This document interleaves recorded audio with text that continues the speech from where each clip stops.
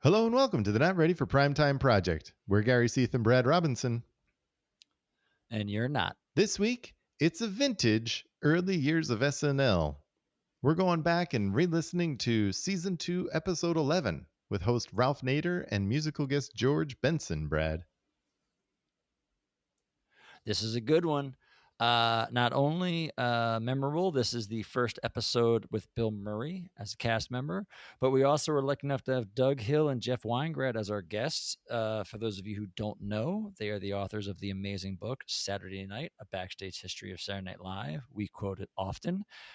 Doug and Jeff join us to talk not only about the episode, but about Bill Murray and his joining of the show, as well as the research and stuff they did and behind-the-scenes stories of the show in those early years. This is a great one if you haven't heard it. And if you heard it before, what the hell, give it another listen. These guys are fun to listen to. All right, enjoy the show, everybody. A hot dog. Mm-hmm. Do you enjoy eating rat excrement and rodent hairs? This has rat excrement and rodent hairs in it, huh? That's right. Federal regulations permit a minimum amount of rat excrement and rodent hairs in hot dogs. Oh, well, I didn't know that, Ralph. Thank you. No problem. Very much. No problem. Ralph. Hi, Lorraine Newman. Hey, I'm a big admirer of yours. I really am. I just can't help myself. I got. Not too tight now. Activate my airbag. Oh my God. Whoops. Well, live from New York, it's Saturday night.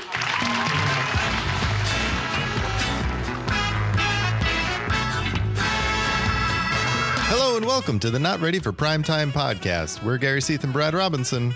And you're not. This week, we're talking about Season 2, Episode 11 with host Ralph Nader and musical guest George Benson. This show originally aired on January 15th, 1977. Brad, this is a special show. As we said last week, such a monumental show. Had to bring in some very special guests for this. I'm so excited. We have the authors of the book, Saturday Night, The Backstage History of Saturday Night Live. My opinion, the best book ever written about this show. Doug Hill, Jeff Weingrad. We are so happy to have you guys with us. Thank you. Happy to be here. Happy to be here. Thanks for asking. As people who've listened know, I especially quote this book very often. We cite it all the time for our research. This was a book the two of you guys wrote together, came out in 1986. It covers the history of the show from its creation in 1975 through the first golden era that we're covering here, the first 5 seasons, as well as Lorne's departure and season 6, 7 through 10, and kind of ends with the foreshadowing of Lorne coming back. Doug, at the time, you were a writer for TV Guide, and you had written for the New York Times, Associated Press before then. Jeff, I believe, right, you were a columnist. I was writing at the New York Post, and I was writing about television at the New York Post. You guys spent 2 years writing the book, right, from the spring of 83 to 85, so that's near the end of season 8 through season 10. How did you guys come together on the project, and what brought you to the book itself? Well, we had gotten to know each other on the TV beat. We'd see each other at press conferences and lunches and the annual critics tour and that kind of thing, became friends. And Jeff suggested that we do a book on Saturday Night Live. It's really no more complicated than that. Well, he's leaving out a couple of things. We had decided we were going to do something together because we had become very close friends. And we had thoughts for probably well over a year or more of getting into the TV production business. Remember that, Doug? I do, yes. I try not to remember it, but... It came to the point where we had to either do it or get off the pot, and we both sort of came to a thought that this isn't really the life we want going forward. So at that point we said, well, why don't we write a book together? In terms of Saturday Night Live, we wanted to do something that we felt was substantive, that it was more than just like, we were both writing about television, but we wanted to do something that, had meaning in the culture. And SNL struck us as a really good idea. So I didn't know that we wanted to do something meaningful about the culture. I usually say, when I say that, I always point out what I'm talking about, which is we wanted to dig our teeth into something. So Well, I had done most of my writing about television, about the business of television. And Jeff had, as an editor at the New York Post, had known Lorne Michaels, had gotten, interviewed or talked to him and been around him a lot more than I had. I don't think I'd ever met him before we started doing the book. And it was that connection. I mean, he was the first person, obviously, that we went to when we had the idea to do this book. And he gave us his blessing to do the history of Saturday Night Live. And that opened all the doors. Well, not all the doors, but many doors. Yeah, people would not talk if Lorne had put up a roadblock. In fact, Lorne mentioned us that he had been approached 3 other times and chose not to do it. But everybody we wanted to speak to in the first, we set up a list, and everybody had the same reaction when we asked if we could interview them. It was, I'll get back to you in a few days. And then they got back to us in a few days, and they either said, Christina said it was okay, who was Lorne's chief assistant, or Lorne said it was okay. And that was all we needed. And then after about 2 or 3 weeks, the whole SNL universe knew we were doing it, and we didn't have to, go through that process. Let's go back a little bit then. This episode, January 1977, where are the two of you at that point, and are you guys SNL fans?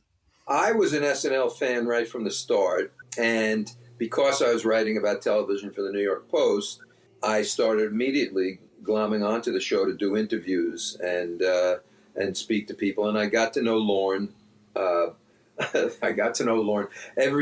the end of every season, Lorne would give me a great story, because Lorne would tell me, I'd call him and ask about the season that had just ended, and he would then tell me he's so wiped out from this season, he's quitting. And I would write, quoting him, as that he's quitting, and they'll make a big story in the New York Post. And then about mid-August, Lorne would get in touch with me and said, I've had a really good summer, very rested, I'm coming back. I'd write Lorne Michaels coming back. But I started in the show tail end of the first season. And tell us you were there for the Louise Lasser episode. Oh, boy. I don't think I if I remember correctly, I think I was there for the Desi Arnaz episode. That's a good one. And it was very interesting, and I enjoyed it. And I used to go like every season. I'd go to the first show or the last show and write something about it or about the season. So I had talked to Lorne a whole bunch of times, but Interesting. To answer your question, I was not really into the show during that early period. As I said, I was mostly writing about the business of television, and I was sort of, I got into writing about television by answering a blind ad in the New York Times and ended up at a very powerful trade magazine, television trade magazine. I didn't own a television at the time, so I was kind of like a lot of people in the counterculture at that time. I had no respect for television at all. And of course, that was where Saturday Night Live was coming from. But it took me a while to become conscious of the show. So when was it that you think you became conscious of the show then, Doug? Oh, boy, I honestly don't remember. I do remember that at one point, as I said, I was working for this trade magazine and one of the publicists at NBC gave me a ticket to the show at one time. And I was drinking at a bar that night, and I gave my ticket to the bartender. I never heard that story. That's a good one. That doesn't happen today. Damn it. I can't, what can I say? I just wasn't, I was more into music at that time. I just really wasn't connected in that way. Maybe that was the Louise Lasser show. We both fucked up. Well, this episode that we're talking about today is unique because Ralph Nader's the host. We can talk about that. But I think the bigger thing to talk about is this is Bill Murray's first episode of Saturday Night. Do you remember in watching this episode, was there a lot of hype at the time? Like as a viewer of SNL, did you know that he was the replacement on the show at this point? Like, did you know who Bill Murray was before he was on the show at all? In real time back then, no. It's funny. I watched the episode, obviously, now, so I could have it fresh in my mind. I didn't even notice. They didn't mention Bill Murray in the credits? No. Right. No, that I found that very interesting. They did mention him at the closing credits, Right. but it was in the opening credits. They say they're not ready for primetime players, and he was not mentioned. Mm-hmm. And one of the things we'll probably get into, I may be getting ahead, but Billy claimed that Lorne had only hired him for 3 episodes. Yeah. Lorne denies that, but the fuzziness of that, the credits business, to me suggests that maybe that Billy was right. I don't know. Yeah, like we know now the Bill Murray history. You know, he was in Second City in Chicago. He'd worked with some of the cast and Michael O'Donoghue on National Lampoon's Radio Hour. He was on the original Saturday Night Live, the Howard Cosell version. So now, looking back, we all know who he is and was. But I was interested to see, like, again, in real time, if anybody actually knew who he was before he showed up. I tend to doubt it. Yeah. And as far as I know, just in terms of not remembering from at the time, but from in our book, I don't believe that they promoted him beforehand. It just didn't, I think we would have known that. And also, you know, there's a tremendous amount of uneasiness about who's going to replace Chevy Chase. That tension was very much in the air.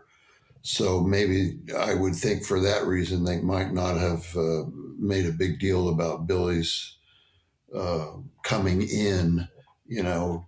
Well, that's one of the reasons, too, why they didn't have him come, right, the exact next week after Chevy left. They wanted to kind of have, even though Chevy didn't leave the show and was in a pre-tape every week, and it was still popping up, but they didn't want him to come the very next week. They wanted to try to space it out a little bit. Yes.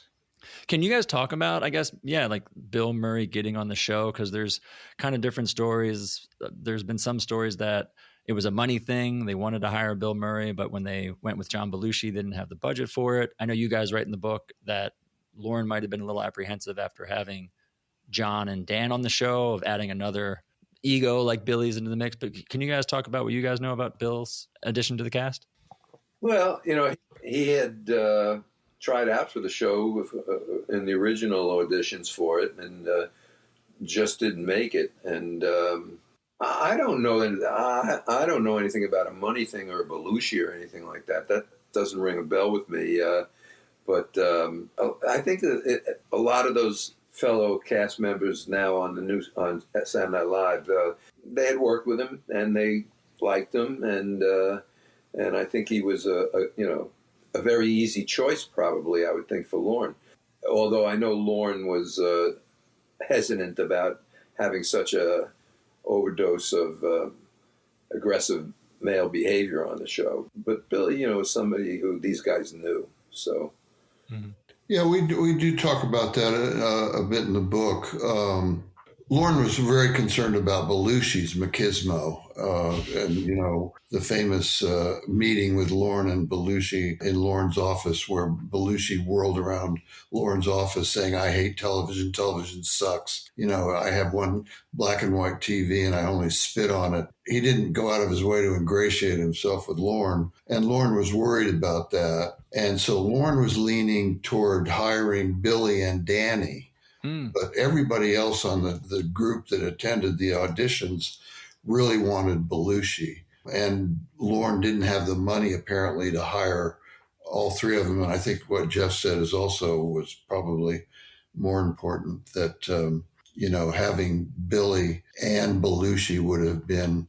Lorne was worried about aggressive males. Lorne, you know, being a challenge to him. Mm-hmm. And rightly so, I think, as it turned out. But it's worth emphasizing that Billy, coming from Chicago, and as Jeff said, people knew him and had worked with him, or you know, probably partied with him as well. He had a real reputation as a real wild man. You know, somebody who drank a lot and was not to be fooled with. You didn't want to cross Bill Murray. Not that he was mean, but he, you know, he was volatile from the get-go. So he had a real reputation in that regard. Somebody described him as an Irish Catholic street dog. You know? So that had a lot to do with him not getting the job in the first place. Mm-hmm. Let's not forget who else started on SNL this episode. This is the first episode Jim Downey's on as a writer, which, if you talk about it in like just the context of Saturday Night Live, might actually be bigger than Bill Murray, because Jim Downey's legacy on this show is huge. Yes. And they shared an office, and it didn't go well for Jim Downey again because of Bill Murray's tendency towards aggressive character. And as I assume we'll discuss, Billy had a very hard time breaking into the show, and Jim Downey took constant abuse. I made a note of what Downey said about Bill Murray. Downey said, Billy would give me shit, abuse me, and I would just bow to him. It wasn't screaming matches. He was just pissed off at the writers in general. He was always angry. So, and later they became good friends, but it wasn't an easy first season for either of them. I was just going to say that in terms of looking at that show again after all these years, I found it an interesting contrast to the just sort of visual impact of the show.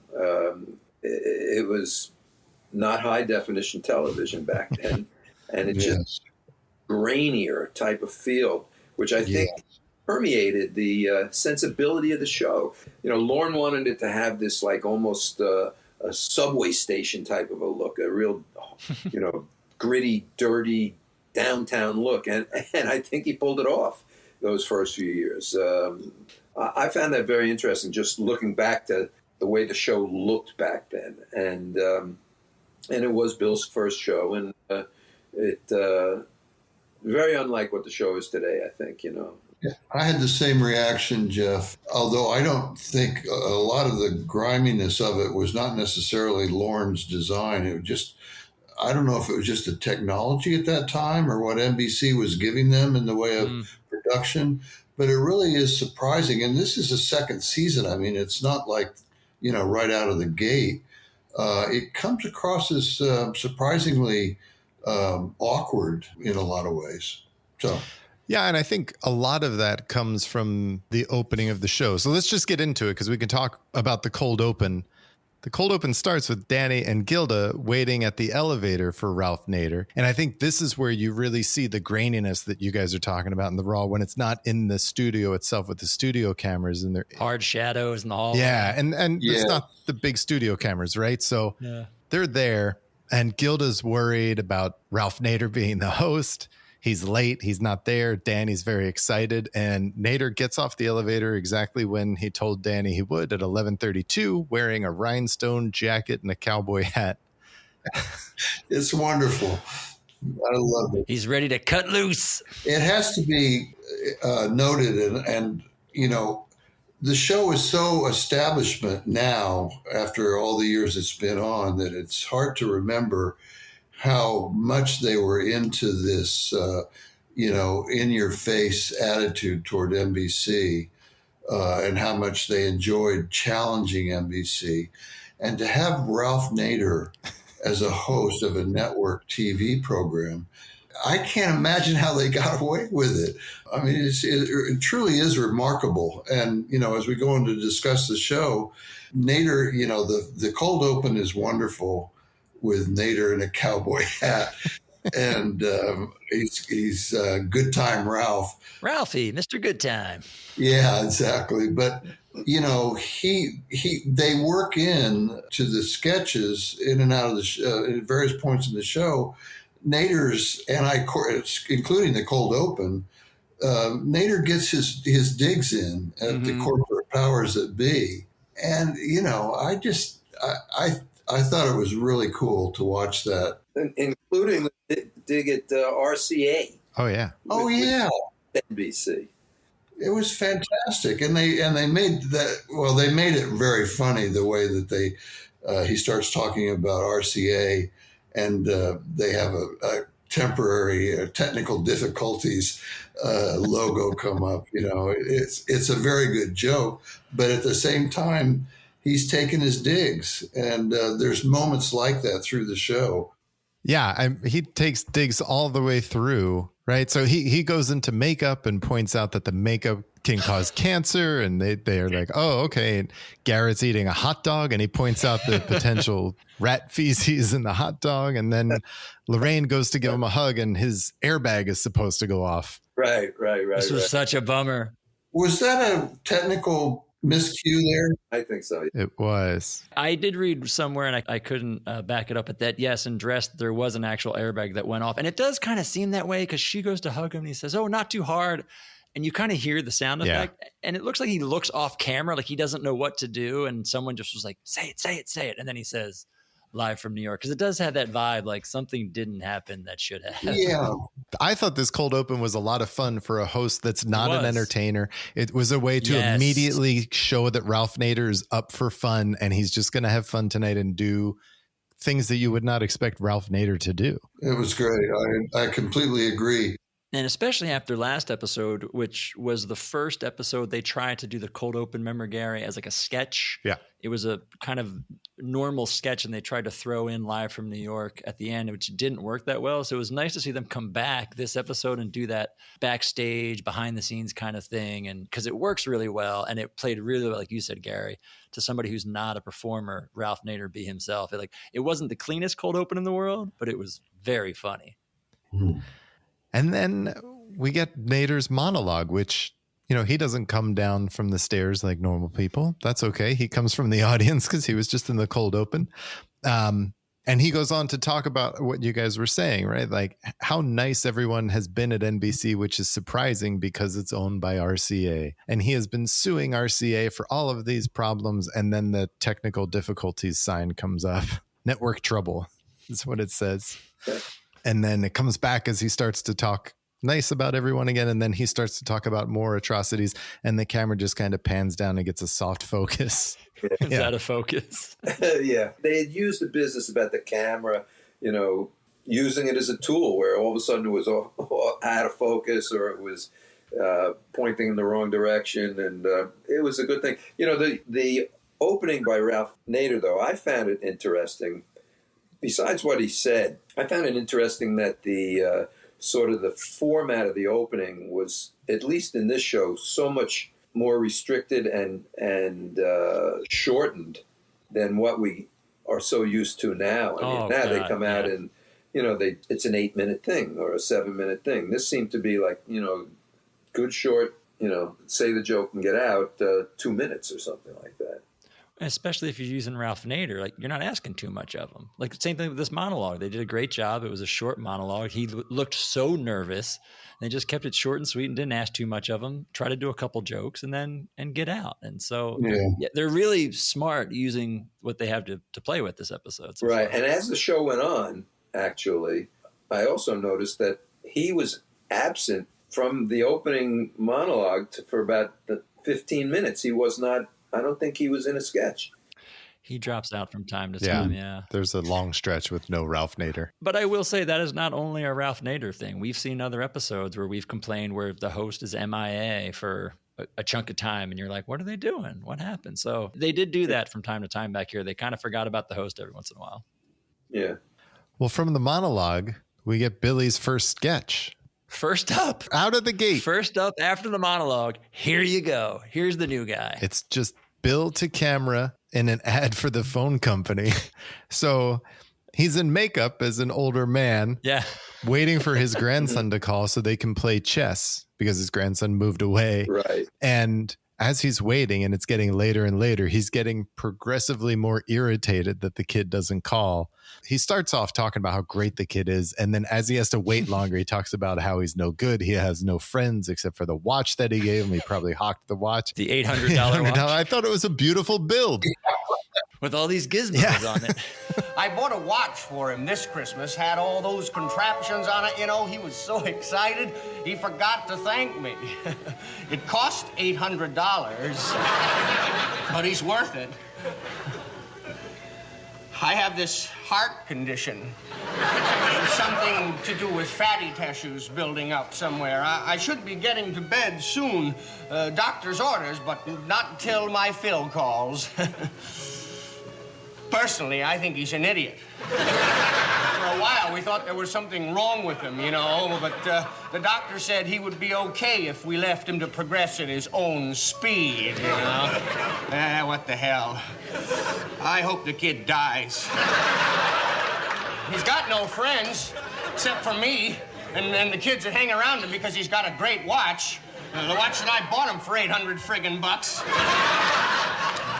Wouldn't that be great if he died? He'd probably go straight to HE double hockey sticks. I'm sure he hocked the watch I gave him. He hocked it, and then he raped the woman that owned the pawn shop. I thought it was great. Like the way it built, and then the phone rings, it's the kid, and the kid says, they has one chess move. He's like, all right, talk to you next Tuesday. And then he hangs up the phone. I thought it was strange, and I think it struck me, and I do not know if this is correct, it struck me as what they sometimes call an out-of-the-trunk sketch, which is something that somebody had written for some other show or maybe Second City or whatever. But what was really striking about it was, here's Bill Murray in your face. Yeah. Right off the bat. I mean, that was bold. And it wasn't a characteristic Bill Murray type of a thing. He did the old man performance very well. He's really good at it, yeah. It seemed like an old-fashioned sketch to me. I found it strange. It was definitely an interesting way to introduce your new cast member. Right, exactly. By himself solo, and then, in makeup, so he looks nothing like he actually does in real life. I kind of thought that it was like sort of like a soft opening for Billy. I think it wasn't the Bill Murray personality at all. It was just he was playing an old, and it was sort of very safe in a sense for, just read the lines almost, as opposed to Bill, do your thing, where, he's a lounge singer and he can say anything he wants and he can ad-lib anything he wants, and it's all attitude. Whereas this was, just read your lines. You're in costume as an old man and just be an old man for 2 minutes. So I thought it was kind of like a soft opening for him. That's why I asked you earlier, Jeff, what is the audience thinking on this sketch? Because they don't announce him in the opening credits. You don't, in theory, know there's a new cast member. You come in from monologue, and all of a sudden, here's this guy that you've never seen before by himself.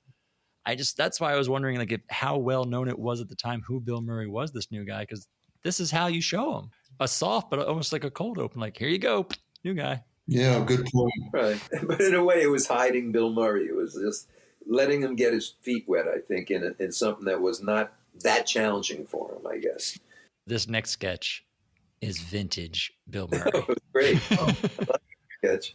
It was excellent. So Jane sets it up to cameras, saying that they're talking about a televised event that's about to happen, is the electrocution of Dean Slidell. And they're now going to go to the dress rehearsal in Texas of what that's going to be. So it's Danny. So it's Danny's the warden. This is where the fuzziness comes into play. Who were the two prison guards? Neil Levy's one. I don't know who the One other of them was Neil Levy. Yeah, one was Neil. I don't know about the other one. Neil Levy is Lauren's cousin, I believe. Is that correct, Jeff? Yeah. I know the person who was going to be executed was Tom Schiller. Yeah, so he's good. I think it's fair to say that in terms of people we interviewed on the show, I'll speak for myself, but I'm guessing Jeff would agree. Tom Schiller was one of my favorite people to talk to. He was a fascinating guy. He was very good friends with Lorne out in California. And when Lorne first got the job, Lorne would share his dreams about Saturday Night Live, or Saturday Night, as it was first called, with Tom. And just they were very close. And Tom, at the time, was living as a sort of aide-de-camp for the writer Henry Miller in Pacific Palisades, which is just fascinating. And Henry Miller heard when Tom told him that he was going to go to New York to work on this television show. Henry Miller said, "Don't do it, Tom. You're meant for better things." Well, he was great in this sketch as the prisoner. So he's very good. Yeah. What does Henry Miller know? To do a lot of great short films for Saturday Night Live. Yes, he did. Absolutely. Including the one that I think most people would just pick right out as this is the one they remember. John Belushi as dancing on the graves of all the not ready for primetime players. Yeah. Don't look back in anger. Yeah, it's great. Yes. Yeah. Great guy. Yeah. And Tom's father was a writer for I Love Lucy. Right. Yeah. That's right. So this sketch is Danny as the warden is rehearsing his lines, and I think he's excellent as a warden who can't read to camera, and he's like looking the wrong way. Hilarious as a guy who has no camera presence. He is phenomenal. Isn't that brilliant? Yeah. For people who are not that experienced in television, man, they picked it up quick because that was sharp. That was very good. And even Schiller has some lines that he does very well. And then we hear from off camera, Billy call cut, and then he comes in, and then it's just unleashed Bill Murray right there. Say, that's a lot of juice, Warden. Well, it's not that we'll ever need that much, but it's there if we need it. Cuts! Makeup, can we get in here, please? Sorry, fellas. Dean, honey, having a little bit of trouble with your face here. Got an angry nose shadow. Can you get that, Francis? Yeah. You're perfect. Okay, you got a good face, Phil. I want to see your face. Okay, lights. Phil, please, right, baby. Okay, throw a K84 in this scrim on Dino's face here, please. Willie. He's looking like the hubcap on a 56 Chevy, huh? You're strobing, baby. Come on. Okay, what's going on here? We got to get a mood here. I'm sorry, baby. Dean, you're going to fry, okay? You're going to die, all right? Yeah. Will you let us see what that feels like? What happens when you think about that, okay? Just show the people, okay? Yeah. You're going to die, all right? All right, props. Willie. Hey, animal, come here, baby. All right. I want to see the governor's phone in the shot, okay? Will you get it in here, even if you have to cheat it? Use a stool, will you, my animal? Okay, where is my priest? Where in the hell is the priest? My note was, goddamn, if Murray doesn't hit it right off the bat. It's, like I said, It's classic Bill Murray that you will see him do this shtick for 40 years. It's so good. Yeah. No, he really did. It was good. I got a kick out of the fact that Danny starts detailing what kind of a electric chair it is. Yes. It's perfect, Dan Aykroyd, yes. Fry or some Fryway. The Mainway. Yes, it was Mainway. One of my favorite characters ever on that show was Irwin Mainway. It would have been nice if they missed an opportunity there. They should have had something with Ralph Nader and Irwin Mainway. That would have been great. Oh, that would have been good. That's a good one. Yeah. I loved on this sketch, they brought in the actual makeup woman, the prop guy, the cue card guy. Yeah, they did. That's right. The prop guy from Des Arnaz. Yes, same episode, guy. George Benson has a cameo for the third week in a row. They get the musical guest in there. Yes. Yeah. This was so much. It was a great sketch. It was a lot of fun. It really was. Yeah. Aside from Bill Murray being great, my favorite part of this was once Bill's done talking to everybody, you go, okay, let's go again. He steps off stage and they start picking up. He's like, pick it up where you left off. And Dan's reading his lines and Schiller's looking to camera and he's moving his lips along with Dan as if he's mouthing Dan's line, waiting for his turn to speak. I didn't notice that. That was the funniest thing, just watching Schiller. It was great. It was an excellent sketch, and that was Bill Murray, like he was shot out of a cannon, really. So. And now he's two. Yeah, that's what I wrote. 2 sketches in a row, first show. Yeah. He was all over the show, as I'm sure we'll discuss. It was quite a debut, really. It was. Even in and you'll get around to it, I'm sure, but even when they did the Coneheads, he played a role that he also would play many times in the future because it was I looked at him and I said, oh, that's the same person in a sense from the Noogies. The Nerds. Yeah. The Nerds. Todd Dillon, it was sort of the same character. So he started to, I think, put his imprint on the show early, although he sort of disappeared for a few shows after that. But I thought he did real well in this first show. Yeah. Oh, yes. Definitely. So let us know who he was and what he what his type of comedy is. Well, it was kind of as prominent as he was in the show, and I'm sure you guys will discuss this as you go through the episodes that come on after this. He disappeared, for quite a while I can't remember when his next breakthrough was, but it was the shower mic sketch. It's the Buck Henry season finale. Shower mic is really when he comes he back. was that. I mean, I had mentioned earlier that Jim Downey said that Bill Murray was always angry at the writers, and that was because he felt he was only getting really secondary parts in sketches, second cop parts, he called them. So this, after this, he sort of burst on the scene and then disappeared. It was an odd kind of rhythm. Yeah.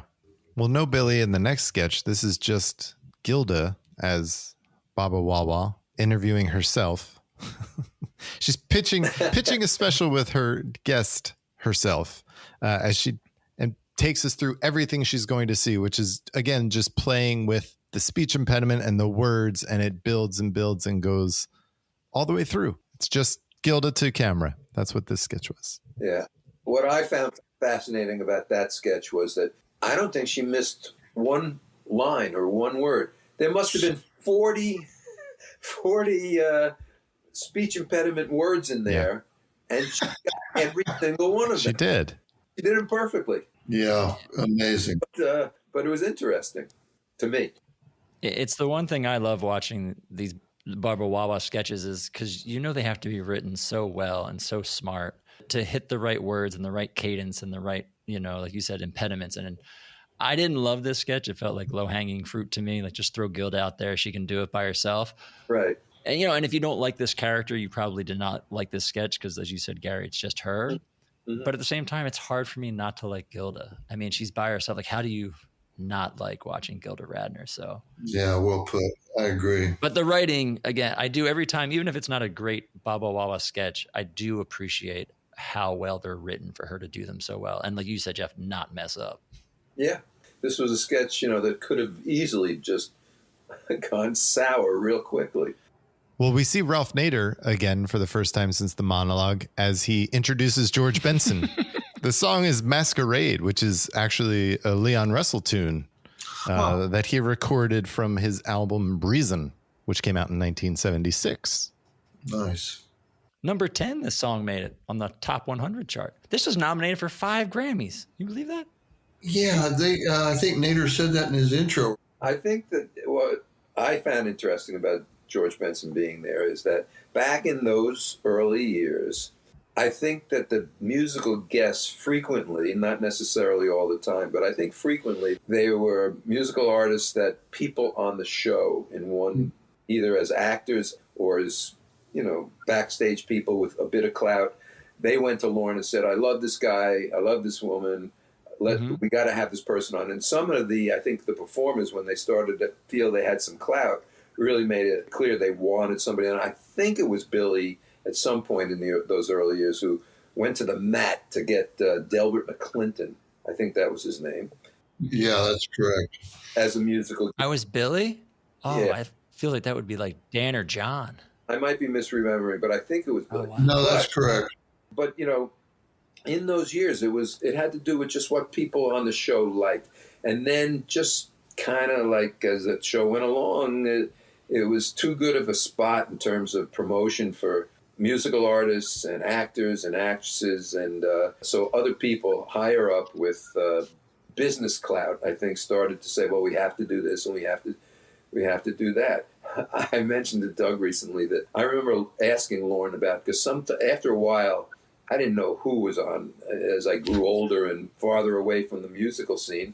And I remember, 20-something years ago or something, I was talking to Lorne. I think I went to a show. And I said something about the musical guest. And I think I asked him if he knew who it was. And he said, well, yeah, sort of, he said. But as far as he was concerned, he said he'd be real happy if they just put Neil Young on every week. It's also maybe worth noting that the musical director at that time was Gene Domanian, who would take over the show infamously after Lorne left, and booking musical guests even during her disastrous reign as producer of the show. She had good taste in music. That was something she knew how to do. But I think you're right, Jeff. I think that behind the scenes, it was probably more of a collective, we really ought to book somebody, or, I would really love to see, this person or whatever. Yeah. So, yeah. And some of those guests were great. Maybe George Benson was great. Yeah, he was good. Yeah, I did too.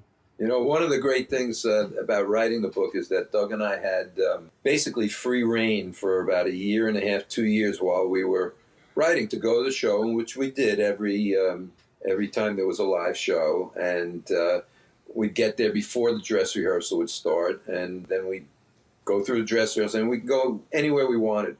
And it was always fantastic because every now and then they had some spectacular, as far as I was concerned, musical guest. And as long as you didn't get in front of the camera, you could stand 8 feet away. Wow. I remember seeing Roy Orbison. I don't know if it was a show that you remembered. I was like 8 feet away, and he's singing Pretty Woman, you know. And I was, Nice. That's awesome. I was 8 feet away from Prince. Oh. That was fantastic. That's outstanding. Good for you guys. I've been 8 feet away from Brad. It's different levels. I mean, let's not compare. Come on. Ralph Nader's in a sketch. You should talk about that. So Ralph Nader plays himself with Gilda as his secretary. We're going to say that often tonight. I'm going to loop himself. that. And Gilda plays his secretary, telling Ralph when his flight is and everything. And he says, I'm going to take a nap. And he buckles himself into his desk chair. And he takes a nap. Funny It joke. was funny. He takes a nap and he starts having a dream about Jimmy Carter, asking him what he wants Jimmy Carter to do once he is inaugurated. And then Jimmy Carter, played by Danny, of course, starts to reveal his inauguration plans to Ralph Nader. And his inauguration plans, well, first he puts on a Confederate jacket and then points to the map about his Confederate plan or his inauguration plans, which is just for the Confederacy to take over the country. My people have been waiting 110 years for this triumphal march of the Confederacy to Washington. Finally, the flagrant rape of the Confederacy by the Yankee war dogs is going to be avenged. On Wednesday night, the 5th Division of the Georgia National Guard, that is the Lillian Carter Wing, in tanks and armored personnel carriers, rolls north through the Carolinas. It splits here at Raleigh into a pincer claw to be complemented by the George Wallace Tactical Air Wing of the Confederate Air Force. The 20th Armored Group, led by 5-time NASCAR winner Cale Yarborough, will roll through Kentucky and West Virginia. I thought that was a great sketch, that part of it. I really enjoyed that. Oh. And I like Danny that he's not in any makeup and yet kind of captures Jimmy Carter. He's definitely worked on his Jimmy Carter a lot in the last, in the first few episodes of this season. This sketch was kind of vintage Danny with this, a lot of this military lingo and stuff. Oh, yeah. I would guess that he had a hand in writing it, if not a solo. But I don't know for sure. I thought it was a fun, smart sketch. It was a good way to get the Jimmy Carter impression in there with Ralph Nader. The inauguration was just a few days from this episode. So Yeah. Right. You didn't like it, Brad? I didn't love it. You knew they had to do a Carter sketch and somehow incorporate Nader into it. So I guess the idea was kind of decent, but I did not actually like the whole turning of the Confederacy thing with Dan. It just seemed a little bit too absurdist for me. But yeah, I felt the same way. I did appreciate that this was one of those instances I talked about earlier that Ralph Nader got to list his agenda, his activist, some of the things that he wanted to do. Mm-hmm. And there it was on national TV. It was great. Right. I thought it was very funny when he had the map of the country up and how he was going to attack from this place and that place. I thought it was pretty I did funny. too. I enjoyed it. Well, after Jimmy Carter's plans to take the Confederacy, we go to Weekend Update. And this time, instead of there being anyone on the phone or reading a magazine, the phone actually rings after Jane is introduced. And we get John Belushi on the phone. Hello? Hi, Jane. This is John Belushi. Hi, John. How are you? Well, not too good, actually. You probably noticed I haven't been in the show yet. Well, you see, that's because I'm in the hospital. I have a hurt leg, Yeah. I got a knee injury, kind of like a Joe Namath kind of thing, Yeah. And, I've been here like a week, Jane, and, see, nobody's come to visit me or anything, and nobody's even called. And there hasn't been any publicity about me not doing the show. I mean, when Chase was in the hospital, there was a lot of publicity. I mean, John, we didn't want to depress everyone during the first part of the show, so we thought we'd wait until the good nights to tell them about it. Oh. Oh, okay. Yeah. Well, I just want to tell everyone that I am in the hospital. I hurt my leg. It's a torn meniscus in the knee. It's a cartilage. It has to be operated on. But I will be back next week, with or without my leg. I'm thinking about cutting it off with the chainsaw, but I'm hoping not to. Okay. This was still at a time when a lot of the people on the show would do college tours performances, and I think he used to go with O'Donoghue and Gary Weiss and Dan Aykroyd. So yeah, a week or so earlier, he jumped off a stage, hurt his knee, and was out of commission this week. So that's why we didn't see him. I did enjoy that they showed a picture of him and it just said "in happier times." Yeah, that's great. I don't know why that was so funny, but I laughed. I did too. I thought it was great. Right. And I noticed that he got a little dig in at Chevy Chase. Went by very quickly, but I caught it too because I was surprised they referenced him. I was surprised, again, with being Billy's first episode and all that. I was actually surprised they made a Chevy reference, unless John just did it off the cuff. But yeah. Well, again, it was that behind the scenes thing, and that was very true to real life. I mean, they had tremendous tension between the two of them. Yeah, and it wasn't a positive reference. No. And I think Belushi, was happy to do that. I also found it interesting. I liked how he asked her, she brought up how Bill Murray was doing. He reeled off all these great things that he had been doing, and she made sure to mention that he doesn't mind doing the bees, because John really despised doing the bees. So it was funny. I mean, this was really the official recognizing of the new guy. This is how they kind of brought it out to everybody. Yep. First time they referenced it at all. So it's kind of a cool way. And Jane, of course, how great was Jane? So good. How great is Jane? Yeah. Yeah. And it was funny that she was acting so sweet with Belushi when, as we know, behind the scenes, they were not the best of friends at all. It didn't get much of a reaction, though. The very end, it was really odd. Like you were expecting like a big laugh or applause, whatever. And she hangs up with John. It was just kind of like silence. It was a really weird, like it didn't land. It was really odd. But several of the transitions on Weekend Update in this show were like that. There was a sort of a minute of dead energy. Or a second of dead energy. Mm-hmm. Yeah, it didn't feel like the audience was totally into Weekend Update this week. No. She had, she went through some Ford jokes, a Claudine Langer joke. That was surprising because you guys probably talked about the Claudine Langer Weekend Update that Michael O'Donoghue wrote, and that was occasion of I think the only on-air apology that Saturday Night Live ever did, at least in that I know of. Where Andy Williams, for newer people who weren't around at that time, Claudine Langer was the ex-wife of a very popular singer named Andy Williams. And she had been, her lover was Spider Savage, is that right? Savage. And they were in, I believe, Aspen, Colorado. He was a famous downhill skier, and her story was that he was showing her how to clean her gun or something, and she accidentally shot him to death. And it was sort of a scandal. And Michael O'Donoghue, as you guys have probably covered this, wrote a really funny sketch about showing Spider Savage in his skiing moments falling down, and there was a gunshot. And the announcer said, "It looks like Spider has been accidentally shot by Claudine Langer."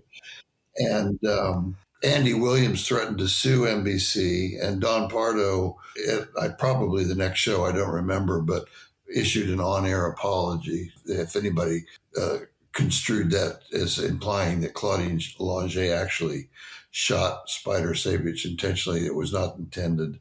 And we interviewed the chief censor at NBC at the time, and he was shocked that it came across as strongly as it did. O'Donoghue had read the original sketch to him over the phone, and he let it on. It was a big mistake because it was potentially libelous. So I was really surprised to see them make any reference to Claudine Langer again on the air. So it went by very quickly and was harmless, but given that history, surprising. Yeah, that's a good point, Doug. Yeah, O'Donoghue, I mean, case we don't get another opportunity. Doug mentioned how fond we were of Tom Schiller. I personally was extremely fond of O'Donoghue.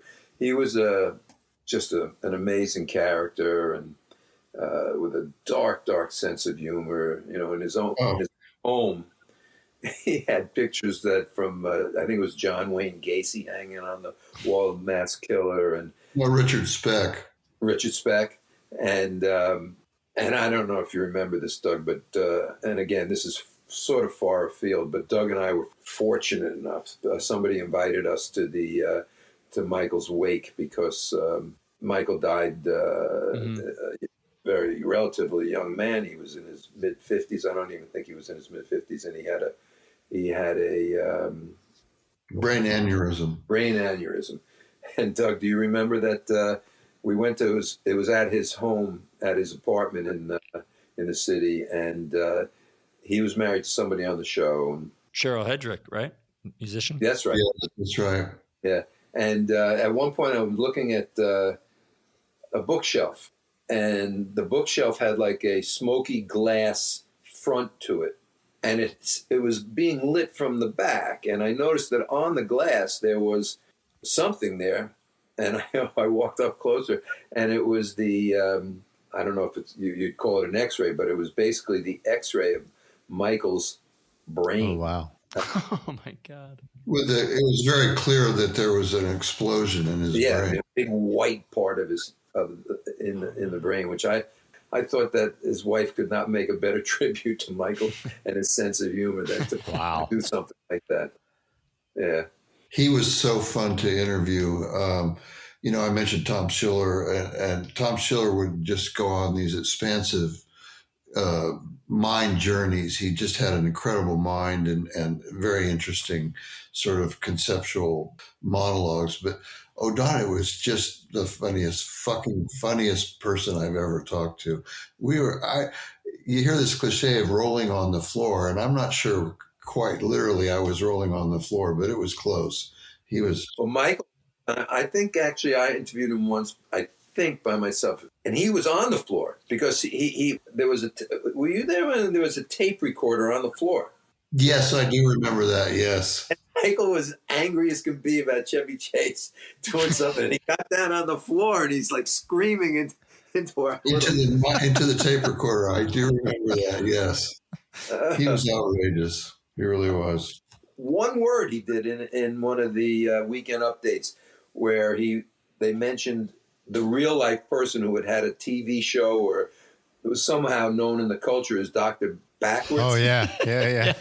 And he had been he had been the victim of a street robbery and died on the streets of some city. And Michael offered up his last words. His last word was "plet," which is it's a great joke. It's an excellent joke. Oh God. I don't think O'Donoghue is much in evidence in this show that I can think of. No, I don't think. You know what? It's funny. I actually, by the end of the show, I actually thought he was because I kind of wondered how. Well, he writes the doll parts sketch, which we'll get to. But I wondered, if he had written the TV execution, because with the Gary Gilmore stuff going on, felt very Michael O'Donoghue. But the fact that we saw Bill Murray so much, I was wondering how much of that was Michael, because they have that history from Lampoon before the show.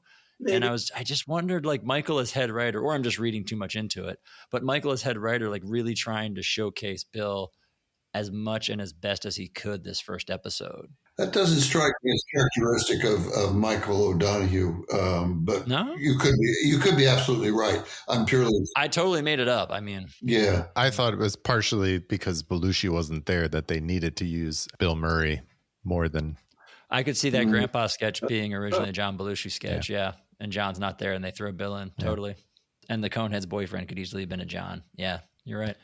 But we see Bill at the Weekend Update desk, so he comes on as a correspondent to give a profile of Rosalind Carter, future First Lady, or about to be. And he just talks about how sexy she is. It's so weird. Yeah. Funny. It was funny. What can you say? It doesn't age well, but I still say it's funny. I thought that was a bit over the top. We've seen a lot worse from correspondence on that desk. That's true. Oh, yeah. That's true. We get some more jokes from Jane, and then we get Lorraine as a correspondent again. This time she's interviewing Ralph Nader in the only part I think he plays where he's not Ralph Nader. He plays the chairman of Texon, who is talking about Mr. Rigg, who's talking about solar energy and how Texon is all in favor of solar energy. They just want to own the sun.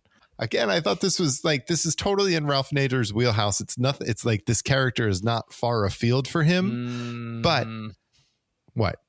He was just, I mean, he's not. He's not an actor. I felt bad. He's trying so hard to make this. He's trying. Like, I think it worked because he's trying. Also, like, he's playing a non-charismatic businessman, and he pulls it off. Well, that's true. Yeah, I thought it worked. And again, he got his messages out. Yes, he did. Mm-hmm. Yes, that's a good point, Doug. I didn't pick up on that in the moment, but you're absolutely right. Yeah, Nader's still able to say what he wants and his actual feelings with all of this. And then again, some more jokes from Jane, and then we go to, she introduces Here it comes. The new addition to the late night team, Emily Latilla, who comes on to talk about the plan to make Puerto Rico a steak.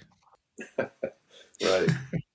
Yeah. How do you guys feel about Emily Latilla? I can tell you don't even, some of these you don't even try to like serve up. You just like, what do you want me to say? Like, I'm going to go through every word that she says. She says, I teed it up what the joke is. I'm not going to deconstruct Emily Latilla for you. I can already tell how much you don't like it. Oh my God. Now she had been before though. She's been on many times before. Oh my Jeff. God. Yeah. No, I don't know.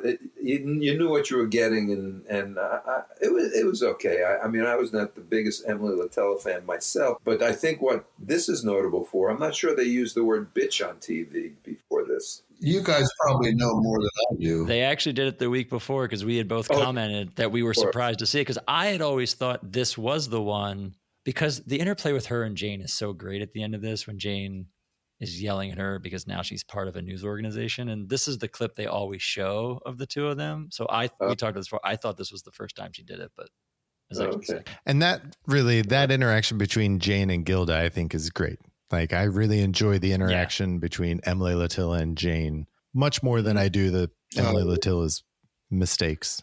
And this one was it was very silly. Just the Emily solo part, very silly. And that was Weekend Update. I mean, it was fine. A lot of correspondence. Got a lot of people involved in it this week. Well, the next bit was our longest bit of the night. Was it really? It was. Is that what you? It was Ralph Nader comes on and introduces Andy Kaufman. Oh my God, it went on forever. I couldn't believe it. Yeah. I'm a huge Andy Kaufman fan. I really like Andy Kaufman. So I enjoyed the 9 minutes, but then I went back and saw how long it actually was. And I was like, wow, that's a big chunk of the show that they handed over to Andy Kaufman. Especially given the history of other people who got kicked off the show because the cast was jealous of them taking so much time. I'm talking about Albert Brooks and the Muppets. Maybe they gave him time because we haven't seen him in so long, because he hasn't been on since season 1. So maybe that's why they felt better to give him a longer time because he's been off for so long. Maybe it was because they had Ralph Nader and there were only so many sketches they could do with Ralph Nader, and they didn't have John Belushi. And I mean, I think, who knows, but he comes on and does his foreign man character and tells a joke about penguins and then says he's going to do some impressions. So first, I would like to imitate Mr. Carter, the President of the United States. Hello, I am Mr. Carter. I am the President of the United States. Thank you very much. Thank you very much. Now, I would like to imitate my Aunt Esther. You come into the house right now, put on your coat and eat everything is on your plate. Thank you very much. And then he's going to do Elvis, and he does Elvis. I think I love his Elvis impression, but he sang a few songs, which I thought was funny. That's the part where I was like, oh, wow, he sang more than one song. Yeah. And that's what took it to 9 minutes. And then at the end, he comes back as Foreign Man and says, "Thank you very much." Just brilliant, Andy Kaufman. I loved it. I thought the end was hilarious when he brought it back to Foreign Man. He's like, "Thank you very much." He asked for his vest back because he threw his vest. His thing. Can I have my thing? Can I have my thing? It ended really strong. Yeah. But, in terms of it being 9 minutes or whatever it was, at this point, this was fairly late in the show. And, this is always a show that somebody's got a stopwatch going. Right. And they are trying to figure out how to fit so much into so much time. And the question becomes at some point, well, we've got 3 things we could put on, but that only adds up to 7 minutes. Well, Andy's got 9 minutes. And instead of telling Andy at the beginning of the show, you got to cut it to 7 minutes, it's just that might have been a production decision 3/4 of the way through the show that we got to eat up 9 minutes now. Right. I don't know. I have no idea. The production idea, though, it's a good point, especially when you think of the sketch that comes up after the Gary Weiss film when they do Coneheads and you're losing 3 of your cast members to a probably significant amount of time to put those cones on. Yeah, that's true. After Andy Kaufman, we go to Ralph Nader's apartment where Garrett is coming over to interview Ralph Nader, who then introduces Garrett Morris to the 2 blow-up dolls in his living room. And he goes on to tell Garrett how he's testing the blow-up dolls for all these malfunctions and he's talking to them. And it's a pretty strange sketch, I think. Yeah. Yes, it is. This one's an O'Donoghue piece. Yeah. Was it? Did you know that for a fact? Yeah, this is O'Donoghue. He does an interview about it in Playboy the next year, and I checked in with Dennis, our friend who wrote his biography, and he said, yeah, it was the only sketch he knew that he wrote in this episode. Makes sense that it would be him. It somewhat surprised me again that you could get blow up sex dolls on national television at that time. Yeah, it was funny. I mean, he gave them drinks. He made the one sit backwards in the chair. It was a very strange sketch that totally feels like a Michael O'Donoghue piece. Because Nader's playing it off the whole time that he's conducting tests on them. That's why they're there. When he's trying to talk to Garrett, and Garrett's not really buying his story, but Nader keeps sticking to the story of he's running, consumer safety tests. And again, credit to Ralph Nader for just jumping into the deep end of the pool here. Playing himself, he's not playing anyone else. He's saying that he's Ralph Nader, and he's, he does it. Yeah, good point. Yeah, that's not his usual profile. I thought it was, given Garrett history, somewhat sad, if not tragic history on the show, this was a nice little straightforward performance for Garrett that he did very well, I thought. Yeah, totally. That's a good point. Yeah. After that sketch, we actually pulled back from the audience, and this isn't something we usually see. Camera pulls back, and you see Gilda getting ready for her stand-up. Yes. I like that. I like watching that. I did too. Cool. You saw her like getting the lipstick off of her teeth, like that. And I thought she was going to introduce next week's host, but no, she introduces a film by Gary Weiss, which is a replay. She got the short straw. It's a replay from season 1 of a film that he did about garbage men. So we've talked about this film. Why rerun this? Why? I don't know. I thought it was. I mean, there are parts that work. But why? Why rerun this? And this was long. I forgot how long this was. This was a long one. Yeah. And you know what's surprising about how long that was, and Andy Kaufman, and how late we're getting into the show is what comes next. I wonder, because I believe after this episode, the Coneheads are usually a very early sketch. So they can have that stuff on before the show starts. Oh, that's a good point. So I wonder if let's put a long Gary Weiss film on, because we learned after dress rehearsal that it takes way longer to get those heads on than it does. And so Andy Kaufman goes long and Gary Weiss goes long. Yeah. I mean, we haven't seen Dan or Jane. Well, I guess Weekend Update, we saw Jane, but we didn't see Dan before That's that. Fair. And, yeah. You saw Lorraine. So you saw Lorraine and Jane at Weekend Update. But this is our first Conehead sketch, the Coneheads at Home. Well, Lauren originally was not, we talk, go on and on in the book, probably too long, about the long gestation period of the Coneheads and all the various things that Danny and Tom Davis tried before they actually, and Lorne suggested that they put the Coneheads into a suburban setting and it fell into place. But Lorne, I don't think was a big fan of the Coneheads originally. I had that impression. And so maybe that had something to do with the fact that it wasn't earlier in the show. I don't know. But it was a hit. The crowd loved it. Oh, yeah. From the start, this is another one of those sketches where it became a running sketch and everyone knows Coneheads now, but pretty much everything was in place in this first sketch as far as the setup, the family and almost the felt like characters. they were setting it up to be a reoccurring sketch. Because there's so much like exposition about when they explain to the daughter where they came from and what they're doing. It's almost like this sketch was on there so they could do 12 additional Conehead sketches before the end of the second season. Yeah, this is fun. This is a great first sketch. Hello, honey. You're late. I will put the food into the heat. Yes. I'm sorry I'm late. The commuter trains were severely affected by the snow. Oh, well, I'm happy that you were able to arrive safely. I'm engaged in preparing your favorite meal. Small starch tubes combined with lactate extract of hooved mammals. You mean macaroni and cheese? I'm sure we will enjoy it.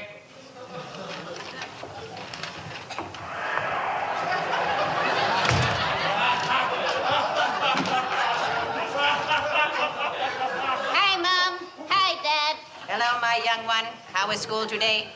This wig was ineffective. The kids at school know that I am different from them. It's really bugging me. They want to know where I come from. Daddy, where do we come from? France. Just keep telling them you come from France. No way, Dad. I have found that to be an insufficient answer. Maintain low tones with me. Maintain low tones. Dear, I think the time has come to tell the young one the story of our family. No, I do not agree. You must tell her now. She must know. Please inform me. A guy asked me out for a date in gym class this afternoon. I must prepare. Very well. The time has come for you to know. I am Beldar. This is Primat. We are emissaries from the planet Remulac, which is located many light years outside of this solar system. 20 Earth years ago, the 5 High Masters of Remulac dispatched a fleet of star cruisers to this solar system. Star cruisers? Metallic discs powered by an anti-gravity field reactor. Flying saucers, dear. Oh, come on, you guys. There's no such thing as flying saucers. Your mother and I were instructed to pilot our machine to Earth, seize all major centers of radio and television communication, and inform the people of Earth that we of the planet Remulac were taking over their world. Your father was to make it clear to the Earth people that the two of us were to be called the Timekeepers, that we would remain here for 7 centuries, that we were to end all wars, that the Earth weapons were useless against us, and that they would destroy them if they did not follow our instructions. I ask you then, what happened? I lost the speech I was supposed to make. Everyone is on point with this. Even Bill, when he comes on as the boyfriend, taking her on the date, he's great too. I thought this was front to back excellent. I did too. I thought it was good, and I thought it set it up nicely, and it definitely had recurring sketch written all over it, I think. but I think Lorne, in terms of what Doug said before about he wasn't a big Conehead fan at the start. He was a fan of recurring sketches though as time went on. But I think Lorne, generally speaking, if you look at this show with Jimmy Carter just being Dan Aykroyd with his hair wavy, I think Lorne was not a big fan of like prosthetic makeup. I don't recall in the first few years anything like that. Chevy played Gerald Ford. I mean, he didn't do anything, and Dan was Carter and didn't do anything. And I think that whole business of like making people look almost exactly like the people that they were lampooning, I think that came later, and I think Lorne had to be dragged into it. Yeah, I think you're right, Jeff, and I think that his reason for that was that he wanted people to get to know the players. Right, I would agree. Well, George Benson's not wearing any makeup or prosthetics for his next number. He comes on to sing Gonna Love You More from his 1977 album In Flight. Again, it's solid. He's great. I got nothing. I mean, good tune. Well done, George. I mean, yeah.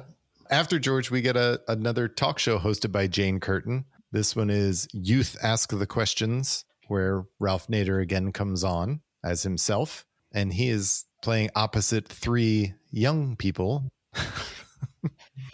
Talk about recurring characters. We get Sherry back. First time this season, we get Sherry. Is it the first time this season? I think so. Oh. We get Gerald Aldini, Bill's character, and then Rhonda Weiss. That's right. Who we will see again. Yes. Yeah. Is this her first appearance? Yeah. Yes, it is. Yeah. So these kids are all asking Ralph Nader questions that are not questions that Ralph Nader would be able to answer or could answer. They were asking about different characters and actresses and actors and parts and stuff. And it was just silly. It was a funny, silly sketch. Yeah,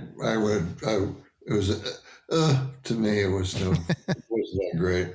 But, here's Billy again, all over the show. Yes. Yeah. I think, and you can tell I think there's a reason this is at the end of the episode. I think this is an example of them really struggling to find more stuff for Ralph Nader to be in. I mean, it's not horrible, but there's just not much there. It's a pretty foolproof setup. It's like, let Ralph Nader play himself. Let Jane Curtin be a talk show host and get some of the cast members to play some solid characters, and we'll be fine. Yeah. It wasn't great. Wasn't that funny, but it wasn't hard. Like, I enjoyed watching it. It wasn't horrible, but it's just, ho-hum. One of my notes was that it felt like the cameras were all over the place. Like we were cutting to actors that weren't ready to speak yet, and the camera was not in position. It just kind of felt a little unrehearsed. Well, part of that might be that, again, this is very late in the show. And if they got a 5-minute sketch, but they only have 3 minutes and 28 seconds they got cue cards being flipped and rewritten. And that's true. Yeah. And that may have been the result of that. Well, it was because they really wanted to cram in a repeat commercial for the Ambassador Training Institute again. Oh my God. That was so strange. This is one that we've seen at least twice already at this point. Yeah. Yeah. And it's just kind of tossed in at the end of the show because I guess they needed to fill time. Yes. And I think they've learned their lessons, because hasn't been the last 3 episodes that they've been short, and they throw the host out there at good nights to fill time by themselves, right? It was Candace had to do it. Jodie Foster had to do it, where they've just thrown the host out there and like, Dick Cavett had to do it. Yep. It's like, well, I've got 2 minutes. I don't know what to do. So at least maybe they learned their lesson. Like, just throw an old pre-tape up. One of another wonderful person that we talked to quite a bit was a backstage woman called Audrey Pert Dickman. Sure, yeah. She was known as the holder of the stopwatch. Oh, okay. She was the one who, as the show went along, was counting the seconds in terms of sketches and what time they had to fill or not fill and that kind of thing. And that's it. That's our show. We go to good nights, and the whole cast is up there except Danny. Mm-hmm. I didn't see him. Yeah, I noticed that. Yeah. And the lighting was just terrible on the good nights. You couldn't see anything. It was dark. Yeah. And that stage is not that big. You know where they're going to be. How hard? They're a small little stage. Nader sends best wishes to John Belushi, hopes he gets better soon. And then they, I guess, had a bunch of extra peanuts and started throwing peanuts at the audience. That's a Jimmy Carter nod. Come on. No, I know that, but I don't know why they decided to throw them to people, but sure. It doesn't seem safe. That's all I'm saying. For Ralph Nader to be throwing peanuts at people. I see. Ralph Nader class action suit. Yes. That was the episode. I thought it was a really, considering Ralph Nader's your host and he's not a performer, I thought it was a very good episode. I did too. I thought it was a really good episode. You said expectations. They were low coming in, partly because of the host you had, who exceeded expectations, but then were also really high because of Bill Murray. And trying to weigh that, I feel like he's the hardest cast member to watch right now because of what the icon he becomes. And he's so ingrained in your head now. To try to go back 40 some years and watch Bill Murray when obviously nobody knew who he was is really hard. Yeah. So like there's no reason these expectations should have been high except for the reputation he's built ever since. Yeah, good point. Great appearance by Andy Kaufman. Musical guest did a great job. Yeah. No real duds. It's a really good episode. No.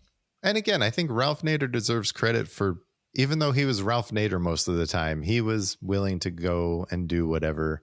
Comes in a rhinestone jacket to set the tone early, does the thing with the blow up dolls. Like, yeah, I thought he was good. And again, I'm sort of, I've said this before, but just to repeat, to give him that profile on that show and to underscore it by having, especially in the cold open, having, making the point that everybody on the cast just admired him immensely, when all the people at the corporate people at NBC would not feel that way. Right. Would feel the opposite.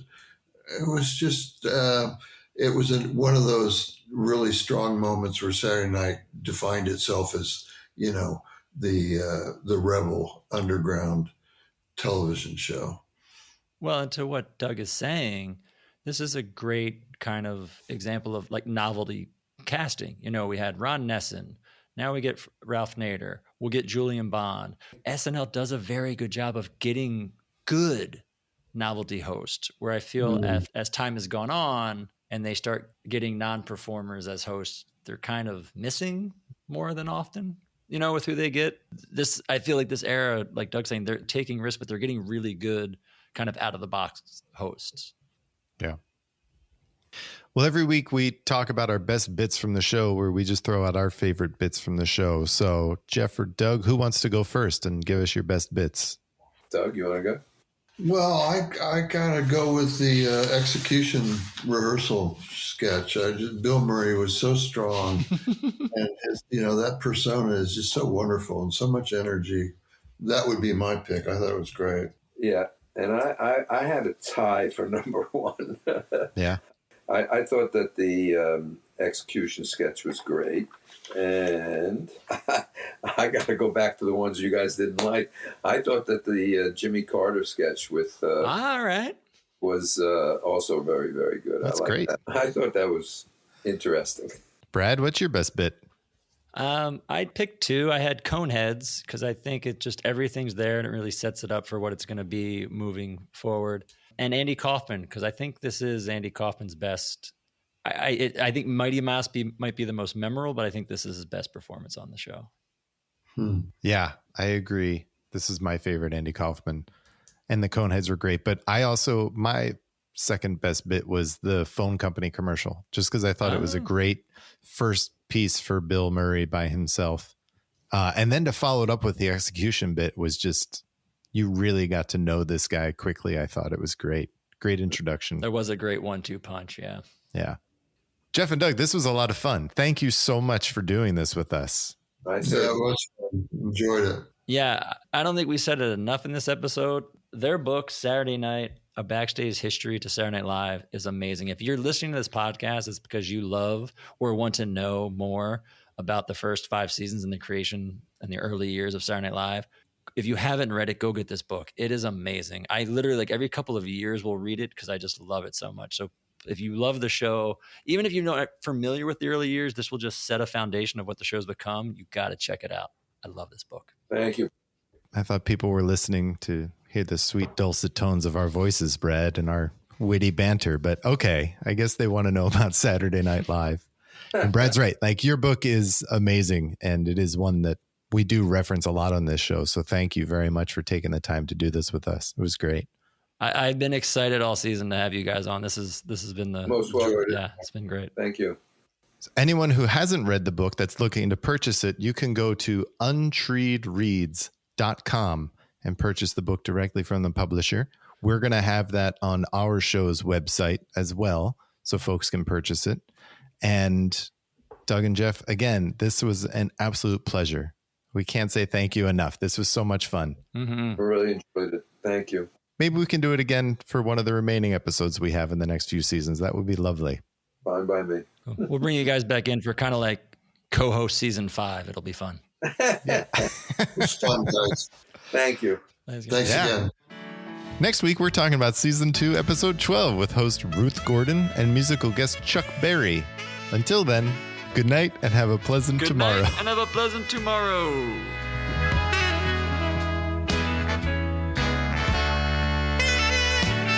The Not Ready for Primetime podcast is a Two Pints Productions production.